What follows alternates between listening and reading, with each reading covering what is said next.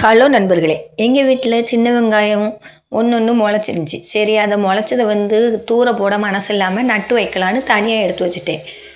சின்ன வெங்காயம் தான் சின்னதாக முளைச்சிருக்கும் போல். சின்ன வெங்காயம் ஒன்று.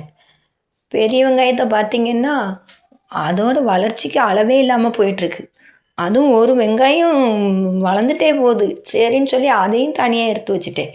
பல்லாரியில் 4 வளர்ந்துருந்துச்சி. அந்த 4ஐயும் சின்ன வெங்காயத்தில் 3 லைட்டாக தான் முளைச்சிருந்துச்சி. இருந்தாலும் நம்ம வீட்டில் ட்ரை பண்ணலாமேன்னு சொல்லி எடுத்தேன். உங்களுக்கும் இந்த மாதிரி வீட்டில் குட்டி குட்டியாக தோட்டம் வைக்க பிடிக்குமா? கமெண்ட் பண்ணுங்கள்.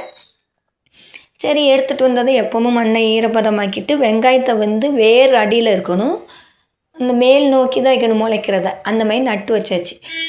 பல்லாரியை நட்ட தொட்டியில் ஒரு தக்காளி செடியும் வளருது. நமக்கு தக்காளி செடியை பொறுத்தவரை எப்பவும் தானாகவே வளருது. நான் அதையும் போடுறதில்ல, ஒன்றுமே பண்ணுறதில்ல.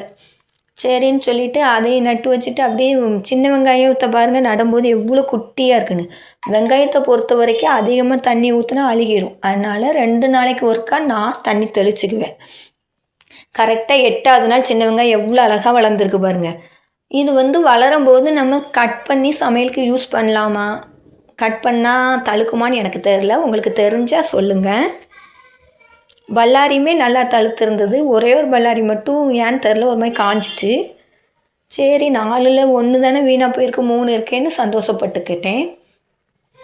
தக்காளியுமே நல்லா வளர்ந்துது. கரெக்டாக இன்றைக்கி 14ஆவது நாள். 2 வாரத்தில் பல்லாரியுமே சூப்பராக வளர்ந்துருக்கு, சின்ன வெங்காயமே சூப்பராக வளர்ந்துருக்கு. கூடவே தக்காளியும் அழகாக தழுத்துருக்கு. உங்களுக்கு தோட்டம் அமைக்க பிடிக்குமா? கமெண்ட் பண்ணுங்கள். இந்த வீடியோ பிடிச்சிருந்தா லைக் பண்ணுங்கள், கமெண்ட் பண்ணுங்கள், சப்ஸ்கிரைப் பண்ணுங்கள்.